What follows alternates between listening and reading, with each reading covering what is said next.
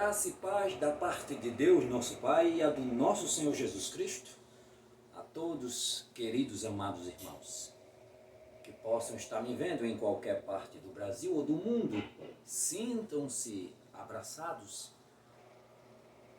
pelo nosso Senhor e Mestre e Justificador, que sua paz, seu amor, suas misericórdias seja sobre todos vocês, em qualquer parte do Brasil e do mundo. Que seu maravilhoso e grande amor adentre vossos lares e vos encham de paz. Amém. O estudo que eu trago hoje, não vou dizer que é uma mensagem, mas ao mesmo tempo também é uma mensagem, mas 75% é mais voltado a, como vocês podem ver no título, interpretação bíblica. 75% a 80% ou mais é voltado a estudo. Um estudo sobre a interpretação, sobre regras gramaticais, sobre palavras que em seus originais, quando trazem para a nossa cultura ou qualquer outra cultura que não seja a da origem semântica do texto principal, muitas delas, não todas, mas algumas delas perdem parte dos seus sentidos quando são traduzidas. E principalmente a Bíblia Sagrada, um livro mais traduzido no planeta, há anos, para diversos idiomas, alguns significados semânticos, ao passar dos tempos, receberam uma nova transcrição, um novo significado e com o passar dos tempos perderam a sua essência. E se o pregador, o mestre, o pastor não se dedicar, não for amoroso com suas ovelhas e buscar com afinco esse conhecimento para trazer esse alimento completo às suas ovelhas, fica como vemos hoje, uma ignorância bíblica absurda que impera em nossos dias por falta de conhecimento. Muitas das vezes culpa nossa mesmo, que não buscamos, que não estudamos. Muitos lobos devoradores que vemos por aí, aos montes, não querem saber disso, querem saber só de pegar o relance, o superficial do texto e jogar, e manipular. E acabou-se, pronto, adeus vocês. Se vocês não buscam, acabou. Tem templos aí lotados, mas não tem evangelho. É um evangelho híbrido, diluído, completamente diferente do que Cristo pregou em seus tempos. Hoje é um hedonismo, os líderes usam do pragmatismo para encher as igrejas a qualquer custo e está nem aí, só visa lucros. Ou seja, empresas. Lógico que eu falando assim eu não posso generalizar de forma nenhuma, nem sou um desigrejado. Eu congrego com irmãos igual a mim, imperfeitos, pecadores, buscando juntos a santidade que vem de Cristo, buscando nos melhorar, nos aperfeiçoar a cada dia na palavra. A minha igreja é perfeita? Não. Nós não somos perfeitos, somos imperfeitos. Mas uma coisa que é ensinada lá, e eu sempre digo, e eu digo a qualquer um, eu digo há anos, eu prego há mais de 8 anos, e há mais de 8 anos eu digo a mesma coisa. Estudem, busquem, pesquisem. Eu busquei, eu pesquisei, eu estudo. Eu tenho um nível médio em teologia por uma academia, sou formado em teologia por outra academia, agora estou cursando um bacharel em uma universidade, sempre buscando, nunca paro. O estudo me motiva, o estudo é meu alimento, é ele que me deixa vivo, é ele que me alimenta. Porque cada vez mais eu penetro, eu adentro os conhecimentos de Deus, que nenhum curso, nenhuma faculdade, nenhum mestrado, nenhum bacharel, nenhum mestrado, nenhum doutorado, nenhuma pós, e o que seja, primeira, segunda, vai te dar um pleno conhecimento de quem é Deus de fato, porque Ele é grandioso, é insondável. Mas dá para que você dê um passo à frente e que se aproxime, ou tente se aproximar do Criador e conhecer o suficiente. Não o total, porque nenhum estudo dá o total. Não conseguimos compreendê-lo em sua plenitude, mas que dê nuances de sua plenitude, de sua divindade, para que possamos absorver essa santidade plena e repassar aos demais, porque essa é a missão. Então o tema é mais hoje, é um estudo. É estudo em cima do tema, como vocês podem ver aí, interpretação bíblica. Esse é o tema central. Mais de 80% do estudo hoje, mais de 80% do vídeo em questão, 80%, vamos dizer assim, vai ser voltado ao estudo da interpretação. Certo? Trouxe algumas curiosidades para que a gente medite, mas tudo tem um princípio. Vamos começar pelo um princípio, para que possamos chegar aonde eu vou querer chegar. Vamos partir do princípio, para quando eu chegar aonde eu quero chegar no tema, não chegue de cara, logo assim. Não. Começamos em um alicerce. Como vamos levantar essa parede, eu não posso jogar essa parede aqui. Vamos ter que começar de baixo. Sapata, vai fazendo os alicerces, tijolo a tijolo, até chegar aqui. Para que quando eu chegar aqui, não chegar aqui e se espanta. Não, vamos começar na base. Amém? Amém. Pois bem, Bíblia. O que temos aqui na mão? O que eu tenho aqui na mão? O que eu tenho aqui na mão é uma Bíblia. O que é uma Bíblia? É um conjunto de livros, é um conjunto de autores. Bíblia, um compêndio de escritos sagrados, que levou em torno de 1.600 anos, de Moisés a João mais ou menos. Escritos, de lá veio homens de Deus de diversas épocas, de diversas culturas em termos de, assim, classes sociais, porque eles pertenciam à mesma cultura, era o mesmo povo, o povo semita, ou seja, descendência de Sem. Eram de uma mesma linhagem, mas de épocas diferentes, de classes sociais diferentes. Sacerdotes, percuaristas, pescadores, doutores, rabi, mestres. Olha só, uma diversidade, profetas, diversas classes. Tivemos aí, nesse período de tempo, escritores diversos, de diversas épocas, que tiveram suas experiências com Deus. O que viveram, o que viram, o que Deus ordenou que escrevesse, que escreveram de próprio punho ou usaram de artifícios, como os amanuenses. O que são os amanuenses? São pessoas que dominam muito bem uma língua, tanto falando como escritamente. Tanto falando como escrita. Eles dominam. Eu não sou bom em inglês, mas eu preciso redigir uma carta para enviar a um americano. Aí eu chamo um colega meu, que tem muito bom domínio, fala fluentemente, tanto falando como escritamente, ó, é um amanuense. Vou ditar e tu vai escrever para a gente enviar a ele. Amém? Amém. Alguns fizeram esse uso de amanuenses, como o caso de Jeremias e Baruque. Deus falava com Jeremias, Deus falava a Jeremias, Jeremias ditava o que Deus tinha dito a Baruque. Baruque escrevia e levava. E outros, como alguns apóstolos, que sabemos até o momento que eram iletrados, mas fizeram artifícios, fizeram uso de amanuenses. Então são escritos diversos, de diversas épocas, um compêndio de livros, de autores diversos, é o que é a Bíblia. Manuscrito que era escrito em pele de animais, de cordeiros ou em papiros. O papiro era feito de uma cana, uma espécie de uma cana, mas não uma cana doce, uma cana grossa, agora fininha, uns canicinhos, que estava muito à beira do rio Nilo. Aí eles pegavam, abria, extraía o sumo, fazia todo aquele processo ao sol, um preparo, para que depois escrevesse nele.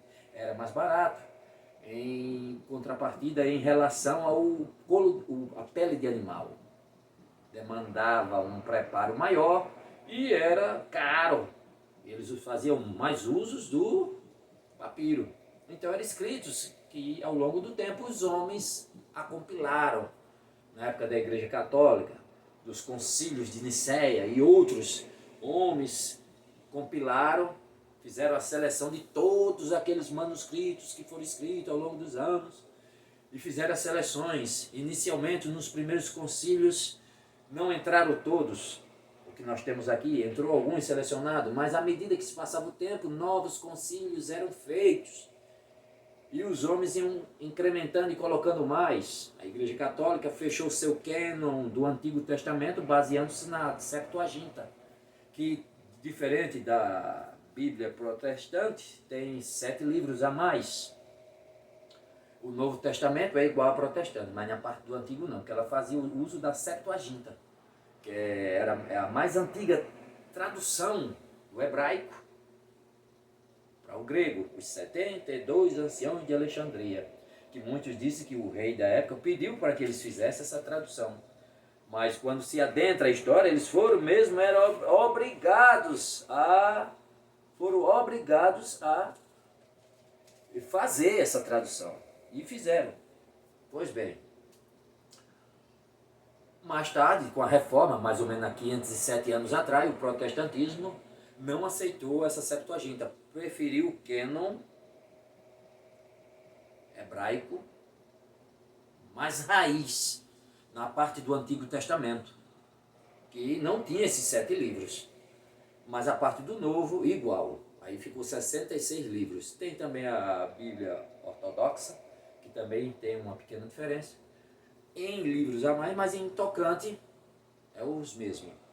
A parte do Novo é o mesmo. Pois bem, sabendo-se disso, eu poderia adentrar e me aprofundar mais, mas aí vai ficar muito extenso, muito longo. Isso é só para ter um panorama e uma base para a gente chegar onde vai chegar. Pois bem, sabendo de tudo isso, quem era esse povo que escreveu a Bíblia? Os judeus, os Yahudins. Os judeus, um povo de uma outra cultura, de uma outra linguística, de uma outra região, Oriente Médio, com pensamentos e ideias completamente diferentes de nós, completamente diferente de linhas de pensamento, regra de pronunciação, alfabeto, diferente, modo de pensar diferente de nós. É totalmente diferente, é o que temos na mão. A Bíblia, o que temos na mão é hebraica, uma Bíblia escrita por judeus, com uma cultura, pensamentos, ideias, regra de pronunciação completamente diferente da nossa. Nós do Ocidente temos um pensamento, o povo do Oriente Médio tem outro. Já adentrando agora para que vocês possam ver, para que vocês possam ter ideia, fé. O tema base que eu trouxe para a gente trabalhar é Tiago 2,14.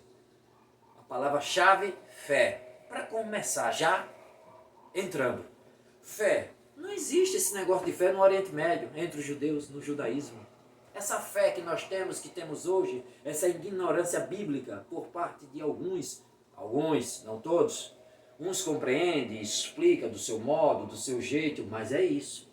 Mas muitos outros fogem completamente, principalmente nos dias a qual vivemos, que cada vez mais o Evangelho vem se denegrindo por causa de falsos profetas, por causa de escândalo de falsos crentes, que vêm dando um péssimo testemunho, não compreende de fato a veracidade do Evangelho. E escandalizam, não sabe que quando você abre a boca para dizer que é um cristão, a partir de agora você não se representa mais, mas você agora representa a uma marca, a um reino, o reino de Deus, ao nosso Senhor Pai Todo-Poderoso e ao seu Filho Jesus Cristo, nossa justificação. E agora você não se representa mais, você não vive mais. Quem vive agora é Cristo em você, se é que você nasceu verdadeiramente de Jesus, se você teve de fato um novo renascimento, se você é de fato uma nova criatura, Você não vive mais, mas Cristo vive em você. Como disse Paulo, agora você não se representa mais. Você agora é o representante de uma marca. E como tal, representa ela com dignidade. Ou seja, você é um representante do reino de Deus. Então represente-o como tal. Não traga escândalo para o nome de Cristo. O que for fazer, dê um passo atrás, recue e pense. Será que essa atitude, de fato, vai trazer engrandecimento, vai trazer orgulho, vai trazer um testemunho positivo ao meu Mestre Jesus? Não, vai trazer escândalo. Então volte, que você não vive mais. Quem vive é Cristo em você. Então pare e pense, reflita. Antes de falar, antes de agir, porque senão você vai trazer vergonha ao reino de Deus. E é o que mais vemos, dia após dia, péssimo testemunho. Os crentes cada dia mais sendo rechaçados por muitos por causa dos exemplos maus. Antes, 20, 30 anos atrás, não se via coisas que a gente está vendo hoje.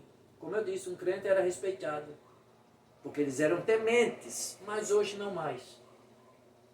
E principalmente com esse advento da internet, que vem destruindo e acabando com muitos, cada dia mais vergonhoso, mais ataques, mais escândalos, mais quedas. Nós caímos, sim. Não pode gostar e ficar. Mas a gente faz de tudo para não tombar. E se tombar, que seja algo para que eu me quebre só. Eu. Que nunca, jamais escandalize o nome do meu Senhor. Mas não é o que estamos vendo. Líderes aí que se candidatam aos inúmeros cargos públicos e chega lá, se mete em falcatrua, lá no plenário, junto com os ímpios, levando o nome de Cristo ao vitupério. É isso que vemos. Então, fé, voltando aqui. Fé é algo que, essa fé que nós temos de justificado. Eu sou justificado em Jesus. Eu sou justificado nele, porque creio. Eu vou ser justificado diante de Deus, porque creio. Não pelas minhas obras, para que eu me vanglorie. E isso, esse ensinamento pela metade, é ocidental.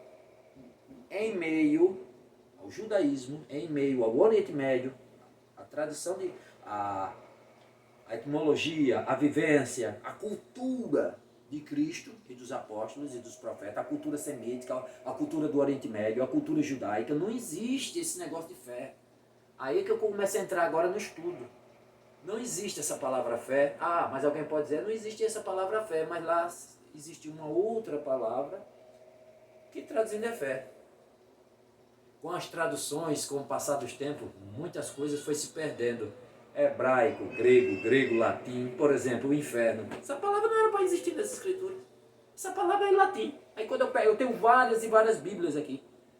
Eu tenho várias bíblias. E hoje já vão se policiando e se consertando e não usa mais essa palavra. Não que o sentido dessa palavra, não que eu usando Geena, que é o título que tem no grego, que oriunda de Vale do Rinom, Vale do Guerrinom, a qual Cristo falou no hebraico, não que seja diferente em sua essência da palavra inferno. Não, não é. Mas tem seu exemplo, tem a sua etimologia, tem o seu significado. Essa palavra inferno não pode estar aí. Use no original, como eu tenho bíblias que já traz o correto.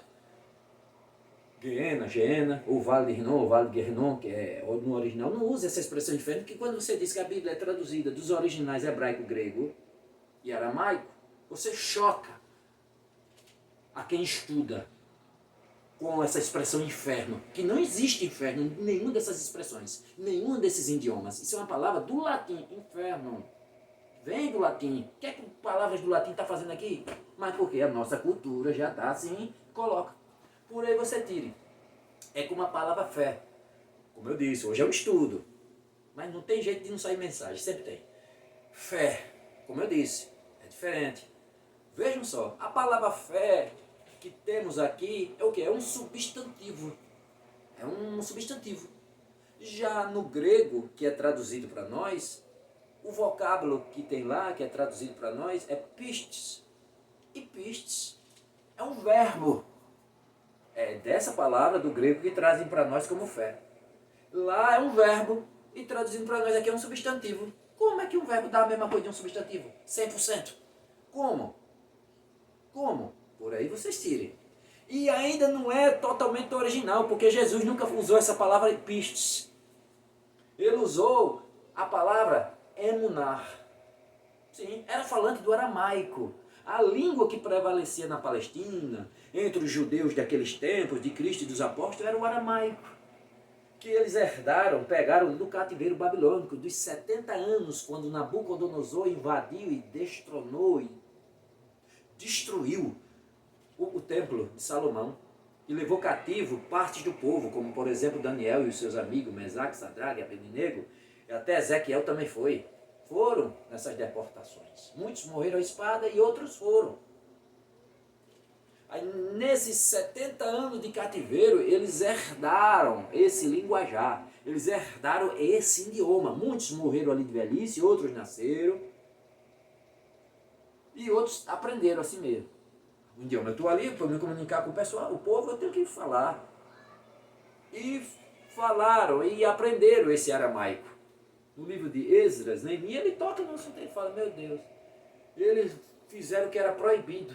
Casaram com mulheres de outros povos, daquelas nações. Eles tiveram filhos e são todos falantes do aramaico.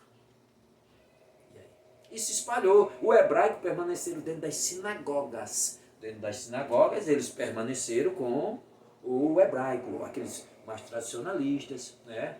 Os homens de Deus, aqueles homens mais zelosos, eles permaneceram dentro da leitura da Torá, dentro da sinagoga, com o hebraico. Mas no cotidiano era o aramaico. Nos tempos de Cristo, os apóstolos de Jesus falavam em aramaico. Era a língua falada. Agora, na leitura da Torá, da sinagoga, eles usavam o hebraico. Para que vocês vejam. Agora, por que está em grego? Porque, lógico, depois que Cristo morreu, ressuscitou, apareceu os apóstolos, ascendeu ao céu, tempos depois é que começou a ser escritos manuscritos. Que dizem, o primeiro evangelho foi Mateus. Não, o primeiro evangelho não foi Mateus. Temos constatado que foi Marcos. E depois Mateus e Lucas provavelmente fez uso de Marcos. Mateus e Lucas, único dentre os escritos do compêndio de autores da Bíblia, Bíblia, conjunto de livros, o único que tem aí dentro, que não era judeu, era Lucas, um sírio fenício, nascido em Antioquia, um grego, o único, mas os outros todos judeus. Aí Lucas, um pesquisador, um médico, ele fazendo pesquisas, conversou com Paulo e outros pesquisando de fato a veracidade a Cristo, fez um tratado teológico único, mas que depois os homens se separaram, Evangelho de Lucas e Atos dos Apóstolos, mas foi um escrito único. Então era o único que não era judeu aí, mas todos os outros eram judeus. Aí tem-se prova que Marcos foi o primeiro e depois Mateus e Lucas fez uso desse evangelho, né? De gênero, um novo gênero nasce aí, com Marcos, o gênero evangelho. E aí Marcos e Lucas fez uso desse evangelho para fazer os seus, cada um endereçado a um público diferente. Sabendo disso, aí a língua, que era bem falada na época, Mateus, tem comprovações, não temos nenhum, mas tem comprovação por pais da igreja que tiveram um acesso a mais naquele tempo, que o evangelho de Lucas, ou o evangelho, perdão, de Mateus, provavelmente tenha sido escrito em hebraico, porque ele escreveu para o público judaico, provavelmente para os líderes religiosos, comprovando e mostrando que Cristo era o Messias prometido, o Mashiach, o Cristo, o prometido. Então ele agora escreveu provavelmente em hebraico, de acordo com os textos dos pais da igreja que tiveram mais acesso àquele tempo, mas nós tivemos acesso aos escritos de livros, compêndios de livros. Então eles falam. Já tem outros que falam para aramaico e depois transcrito para o hebraico e para o grego, porque tinha muitos judeus helenistas, judeus de língua grega e gentios, para que se espalhasse, porque era língua forte, como é o inglês hoje. E foi o que chegou até nós, em grande massa, os gregos. Aí, lógico que os copistas, os tradutores, os escritos, tinham que escrever, usar palavras plurivalentes, que aí é que entra muitas palavras que é traduzida do idioma original, da língua primária para a língua secundária, a língua que recebe a tradução. Muitas palavras de lá do original para a segunda língua que vai ser traduzida, muitas delas não têm uma plurivalência. Ou, com o passar dos tempos de um idioma para o outro, perde a ver os sentidos. Ou capta só a metade do sentido, ou senão fica bem distante. Outro exemplo, como eu disse, vamos já trabalhar mais tocante de fé. Foi só aperitivos, para que vocês tenham ideia. Como eu disse, esse fé que nós temos aqui, que só basta crer, acreditar para ser salvo, não existe lá no Oriente Médio, entre os judeus, entre Jesus, apóstolos. E vou já provar, sem fazer apelo. Eu podia apelar, eu não vou nem apelar para o original, eu vou apelar só com o português, para que vocês tenham ideia. Então, não existe, como vocês veem, essa palavra fé, para nós, ela tem um sentido. É na nossa cultura, mas da cultura dele não existe essa expressão. Não existe esse tipo de fé, esse tipo de interpretação que nós fazemos. É diferente. Mas por quê? É de idioma para idioma. Mesmo que eu pegasse agora um livro em português e fosse algum americano, eu gostei do seu livro, vou traduzir ele para o inglês. Lá também ia haver dificuldades. Tinha palavras nossas que não ia ter dificuldades, que não ia haver uma plurivalência. Ou seja, uma palavra compatível com a nossa em mesmo significado. Ou ia pegar pela metade do sentido, ou não ia pegar o sentido. Ele ia ler o texto em contexto e aí botar uma palavra que se adaptasse. E se não houver um preparo do pastor, do pregador, do mestre, e principalmente um amor envolvido e prazer de ensinar o meu próximo, as minhas ovelhas, o correto, com prazer ensiná-los, vai ficar sem ignorância bíblica que vemos aí de cada dia mais. As pessoas achando que só basta crer em Jesus para ser salvo, sem obras. Não que as obras vão me salvar, mas ela é uma prova cabal do meu novo nascimento. É como se, você acabar de presenciar um acidente de moto, o carro bateu no cidadão de moto, ele cai para lá, embola, cai para lá, eita, morreu. Corre para ver, para acudir, para salvar, para ajudar. Chama o SAMU, chama esse piloto, olha ele lá parado, imóvel. Aí você olha, será que ele está vivo? Fazendo uma tipologia. Será que ele está vivo? Olha o pulso. Bota a mão no peito. Está respirando. O coração está batendo. Tem pulso, ele está vivo. Chama o SAMU, mas do jeito possível ele está vivo ainda. Eu creio em Cristo. Está respirando, o coração está batendo. Tem pulso, tem obra, tem testemunho, tem ação. É a prova cabal que você nasceu de novo. Se você esboça as obras, o testemunho e as ações, se você tem trabalho, se você tem procedimento. Você tem? Se você tem, beleza. Não, mas se for tudo ao contrário, o coração não está batendo, não está respirando, não tem pulso, entrega da boca para fora, você está morto. Você está morto. Morto, morto, morto. E aí? Então, minha gente, mas isso é culpa, em parte, muita de líderes, falta de preparo. Eu tenho me deparado com pastores aí, líderes, que não tem curso, nunca estudou. Ah, mas o que vale? Algumas religiões pensam assim, é o Espírito Santo de Deus. O Espírito Santo de Deus fez até uma jumenta falar, sim, fez sim, faz até uma pedra falar, Deus, todo poderoso ele faz. Mas você tem que se preparar. Você preparado é outra coisa. Pedro e Paulo, quem foi mais usado? Grande parte do Novo Testamento, as maiores cartas, a quantidade maior de escrito de quem foi? Paulo. Mas Paulo era o quê? Um rabino, um mestre. Tinha bem conhecimento, era destemido. Foi mais além. Pedro não. Pedro poderia ter até mais cheio até mais da parte espiritual, depois de conversão, do que Paulo. Mas tinha seus limites, era apenas um pescador. Que Deus o encheu com o Espírito e andou com Jesus. Mas em termos de preparo, Paulo estava bem mais preparado. E foi muito mais além. Você vê quando Pedro estava em cima da casa, o Senhor mandou uma cortina. Uma cortina com os desenhos dos animais impuros. Ele olhou, poxa, Senhor, eu nunca comi isso. Perto de meio-dia eu nunca comi alimentos desse tipo não, Senhor. Aí o Senhor, mas ali foi uma tipologia, uma simbologia. Como você pode fazer impuro o que eu purifiquei? Para que ele entendesse, porque até o tocante, então, só estava evangelizando para judeus. Pregando para judeus, não queria pregar para gentios. Para que ele compreendesse que Cristo Jesus veio para todos. Que ele na cruz ele desfez a inimizade. Que agora não tinha judeus nem gregos, não. Todos eram um povo só. Quem cresce, fosse batizado, andasse em plenitude do Espírito Santo, junto com Cristo, ia ser salvo. Para que ele entendesse. Aí ele entendeu. Agora, imagine só se toda vez que tivesse evangelizar um gentil ou enviar alguém para ele compreender, se tivesse que fazer isso. Paulo não, Paulo entendeu, compreendeu. Depois que as escamas caíram dos olhos, estou só dando uma adiantada aqui, mas a gente sabe bem o processo.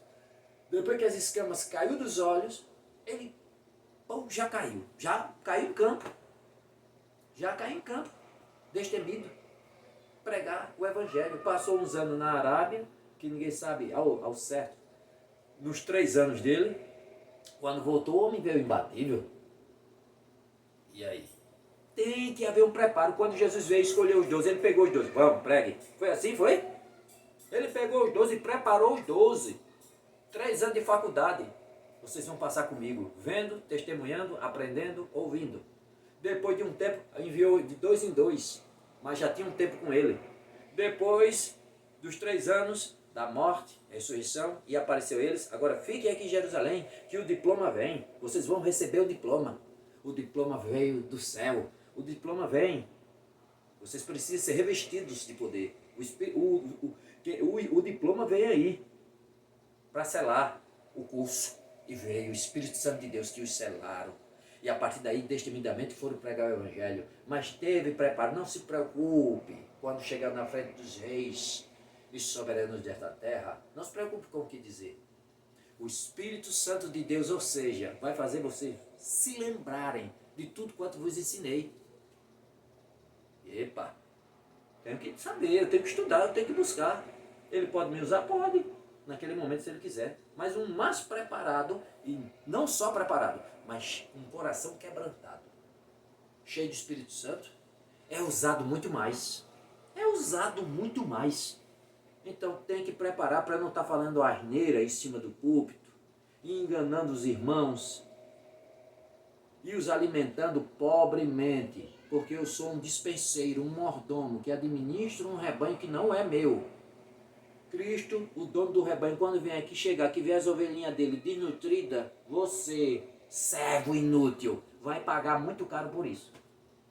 Então, escolheu essa profissão, escolheu, tem esse chamado, então faça com amor, busque, perca a noite de sono, estude, gaste, deixe de comprar uma calça para comprar um bom livro, para se alimentar e repassar, mas de forma alguma chegue na frente do púlpito falando o que não sabe ou repetindo o que o povo diz. Saiba, vai estudar. Eu na faculdade, nós da faculdade, e nos cursos que eu aprendi, eu sou obrigado a escolher um texto para fazer uma interpretação, ou teólogos e grandes homens de Deus, eles jamais vai pegar um texto em português para pegar de cara assim. Ou eles têm várias bíblias, tem um que eu já vi pregador, eu tenho umas 8 e eu vou olhar nas 8. O que aquela expressão quer me dizer? Vou no texto original. Primeiramente, texto original. Não queira texto original, porque na nossa língua tem muitas variantes. Muitas variantes. E das Bíblias, aí cada um puxando sarna para a sua teologia, que existem métodos de interpretação. O método histórico, crítico, gramatical, usado pelas igrejas. Um método histórico, crítico, totalmente ciência, separa a fé da razão. É ciência que atesta. Se a ciência não atestar, não acredita, tem que ter provas cabais, cadê as fontes? E o método semidiscursivo, que esse é o mais neutro e eu creio que é o mais bíblico. Nasceu há mais ou menos 20 anos. Esse é o mais novo. Você destrincha completamente o texto bíblico e tem que ir, todos eles, tem que ir no original. Jamais eu posso defender uma base, uma fé, uma base, um texto e querer publicar em um artigo científico usando tradução em português. Não vai ser não, não vai ser aprovada de forma alguma. Não vai ser, não é aprovada de forma alguma. Tem que ir no original, ao qual foi escrito, e ver expressões. Aí, muitas das vezes você vai num texto, esse texto é o qual eu escolhi, Tiago 2,14, para a gente comentar aqui rapidinho. 2,14, vocês começam a observar dentro, tranquilo, só no tocante à fé. A palavra fé, que trazem para a gente ela no original, nas raízes etimológicas da coisa, para nós pegou só a metade da coisa. Pegou só a metade, não conseguiu pegar todo o sentido. Aí lá você pega as nuances do texto. E aí, sabendo disso, aí você consegue alimentar suas ovelhas com o maná vindo do céu. Correto! Sem trazer ilusão, sem escravizar, sem inventar heresias, sem criar doutrinas em cima de textos que aparentemente parece isso. Mas quando você vai olhar, aqui não conseguiu captar todo o sentido do texto. Não conseguiu. Não conseguiu captar tudo. E aí? Aí você descobre, aprende e repassa para as ovelhas. E assim tem que ser ensinado, mas muitos hoje não querem saber disso. Tantas expressões, por exemplo, Jesus chega e diz, vós sereis minhas testemunhas. Aí pensa que o texto, a palavra que está lá, testemunha, é testemunha. Pensa que essa palavra, testemunha, o que é para a nossa cultura? Ver, você é testemunha cabal daquele crime. Você vai ser levado para a delegacia, porque você viu. Isso é para nós, testemunha. Eu vi, eu presenciei. Mas lá no texto não é. A palavra que se encontra lá, que traduz para a gente como testemunha, é martyrion. É essa palavra que está no grego. E essa palavra martyrion, que está no grego, ela tem mais a ver do que vocês serem minha testemunha, mas no sentido da palavra lá, é de viver e morrer, se for possível, até as cadeias, até a morte por mim. É viver, testemunhar com a carne, com a vivência, com as ações, com as obras. E aí? Para nós não, só basta ver. Mas lá, a palavra que está lá tem um sentido disso. É essa, ela quer dizer isso. Não só ver.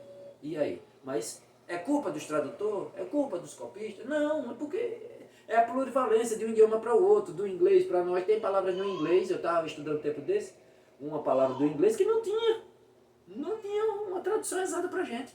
É isso, é aquilo, é aquilo outro. Lê o texto em contexto para ver, para botar uma que se aproxime e não pega. Mas cabe a mim estudar, cabe a mim buscar, na hora de repassar as pessoas, passar honestamente. Não está mentindo e afirmando coisas, como eu vejo líderes afirmando coisas, induzindo e enganando as pessoas, que não é isso que está lá. Não é isso que está no texto. Você vai pagar muito caro por isso. Seja honesto com o povo. Seja honesto. Aí muitos eu entendo. Não tem conhecimento, ele não tem estudo. Ele foi colocado lá assim. Ele não tem conhecimento, ele não tem. Uns, honestamente, eu tenho topado fazendo cursos, eu tenho topado com pastores que não têm teologia e agora estão fazendo. Eles estão buscando. Porque eles se deparam com membros sentados lá que tem teologia. Eles se deparam com ovelhas ali, gordinhas, fartas de vitamina, sabida, que bate de frente com ele e fica voando. Porque ele não tem, ela tem. Agora, não adianta eu ter conhecimento se eu não tenho o Espírito Santo. Não vai passar de casca. Tem que fundir conhecimento e o Espírito Santo. Porque se não tiver, infelizmente, estamos perdidos. Mas, pois bem, é longo. Eu gosto de... É um tema, olha, interpretação bíblica engloba muita coisa, que é um estudo aqui para eu fazer vários vídeos. Aí você grava um vídeo desse para o YouTube, principalmente essa geração que não tem paciência de ficar 10 minutos na frente de um vídeo.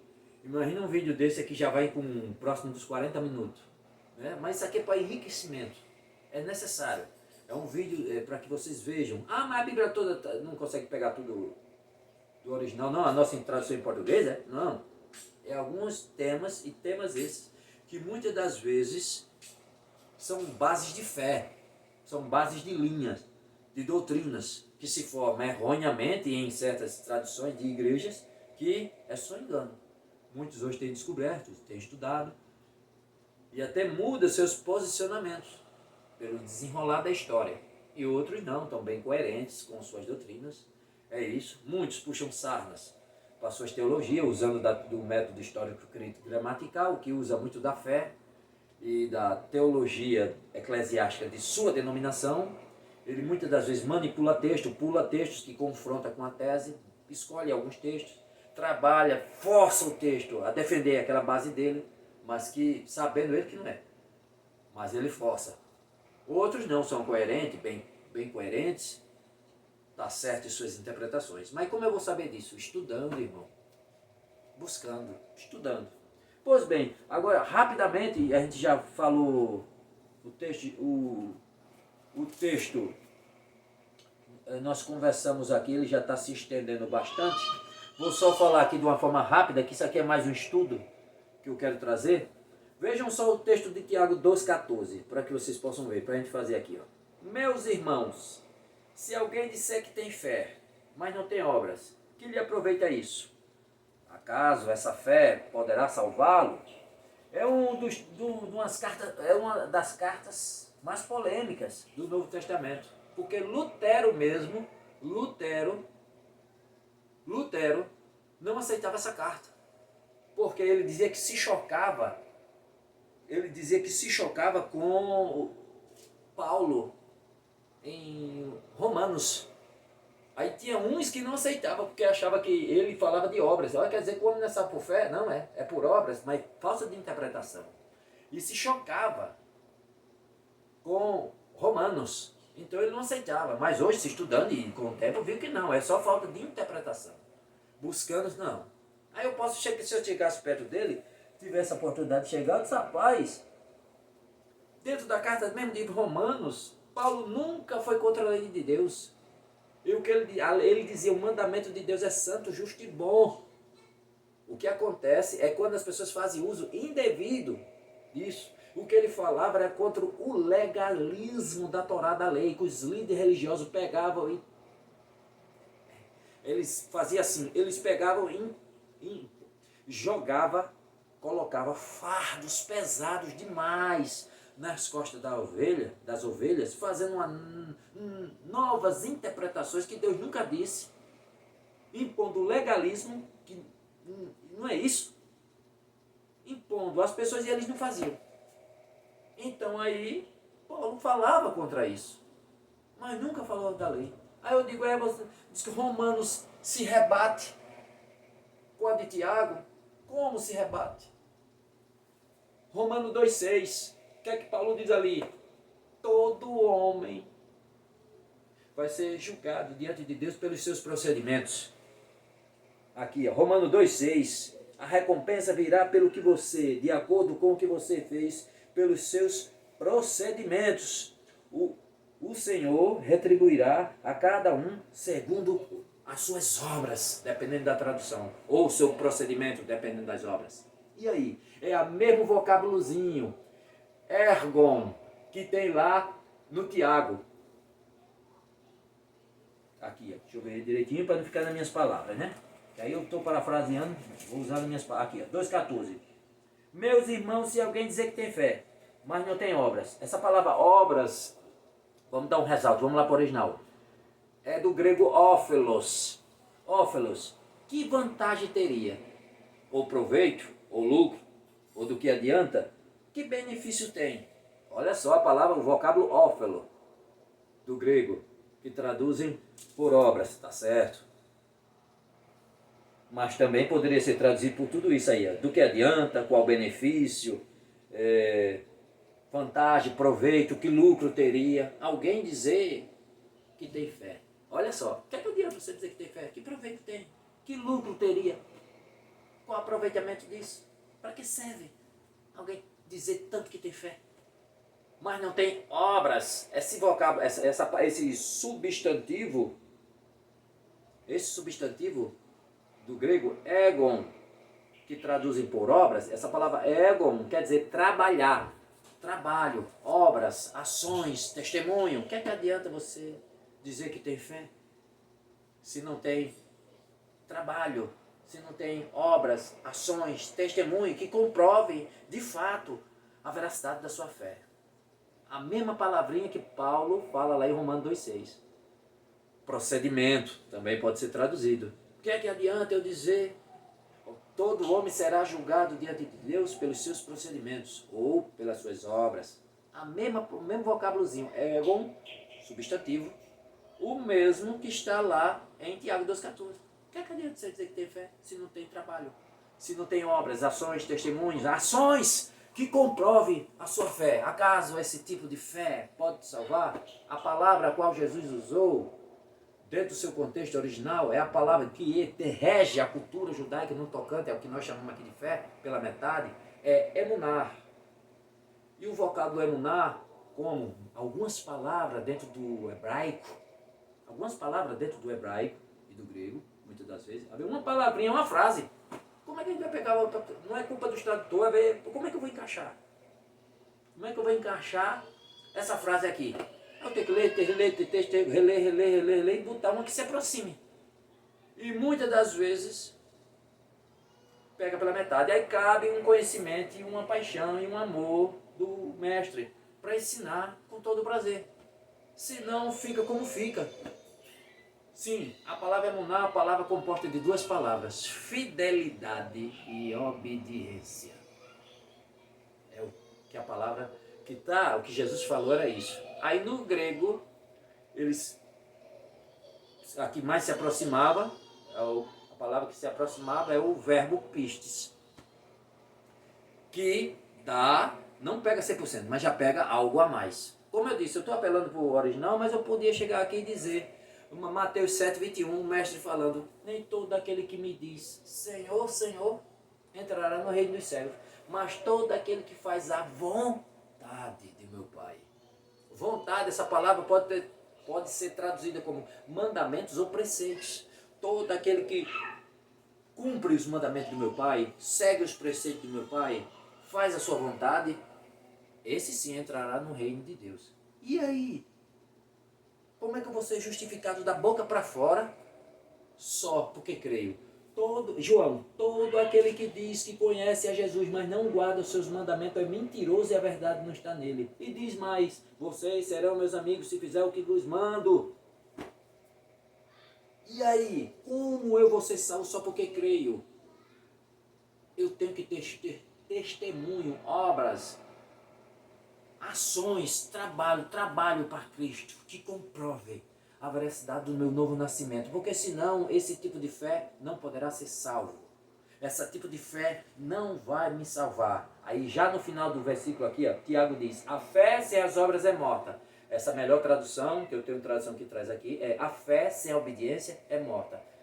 Valendo-se da palavra em seu original, emuná, fidelidade e obediência. O meu tzadik, em Abacuque, viverá pela emuná. É o que tem em Hebreus. O meu tzadik viverá pela emuná. Ou seja, tzadik, justo, viverá pela emuná. Fidelidade e obediência. É impossível, dentro da cultura do Oriente Médio, ou da cultura de Cristo, você abrir sua boca e dizer, eu creio em Deus, eu creio em Jesus, mas não é fiel, mas não obedece. É impossível. É impossível. Eu abri minha boca para dizer, eu creio em Deus, eu creio em Jesus, que Tiago diz, que adianta você dizer que crê em Deus, que até os demônios creem. E estremece. Então não é de grande valia. Então não adianta, você está comparado com os demônios. Porque você abre a boca e diz que crê, mas não tem obra, não tem testemunho, você não tem trabalho, não tem ações. Cadê a prova visível? Mostra a tua fé sem obras, sem trabalho, sem ações, sem testemunho, que eu vou mostrar a minha fé pelas obras que realizo, pelo testemunho de vida que eu tenho, pelas cicatrizes que eu trago no corpo, Paulo disse. E aí? Eu poderia aqui expor tanto, mas aí a mensagem, a mensagem eu estudo, mas não tem jeito, vem mensagem, ficaria muito extenso, muito extenso. Extensa demais. Muito extenso mesmo. Eu queria falar tantas coisas, tocar tantos assuntos mais além, mas o tempo é curto.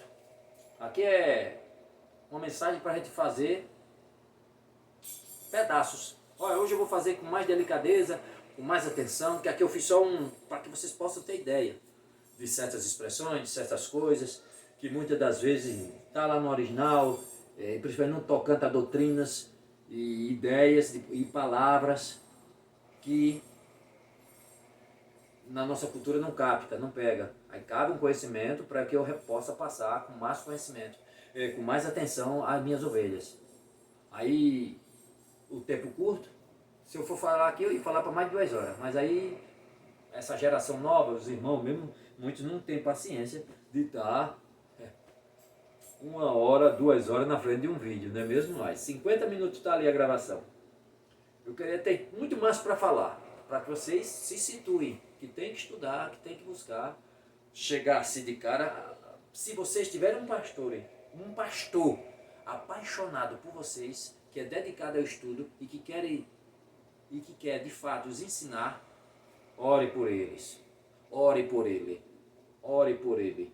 Se são várias igrejas, vários irmãos me vendo aqui, cada um dos seus pastores é homens dedicados, ore por eles, porque vocês têm homens de Deus diante de vocês. Ore, ore, ore, ore, porque nos tempos de hoje está difícil, muito difícil. Eu tenho o prazer de fazer o que faço. Eu podia ficar aqui 3 horas conversando com vocês, ensinando, compartilhando o que eu aprendi nesses anos e o que eu ainda estou aprendendo. Tenho cursos, vários cursos, mas ainda estou fazendo mais. Eu queria compartilhar muito mais, mas o tempo se eu ficar estendendo demais, eu sei que muita gente não gosta de ouvir. Tão longo. Que Deus abençoe. Em uma outra oportunidade falaremos mais. Se vocês quiserem que eu toque mais no assunto, que a gente continue prosseguindo mais, faça outro vídeo dando mais procedimento, falando mais palavras, mais coisas, comentem aí, nos comentários. Falem aí nos comentários. Continue falando, faça outro vídeo falando de mais coisas relacionadas à cultura, mais expressões. Tem tantas expressões como o amém, o que quer dizer o amém, a palavra amém, dentro da sua etimologia, e outras coisas que muitos falsos profetas usam ali, expressões que lá no texto não quer nem dizer isso, mas falta de conhecimento e uns que tem às vezes manipula. Se quiserem que a gente continue falando mais nesse tema, vocês entram aí nos comentários e falem aí. Continue e faça outro, que eu vou fazer outro, trazendo mais coisas. Amém, amém. Que Deus abençoe. Que a paz do nosso Senhor Jesus Cristo seja com vocês, hoje e sempre. Amém.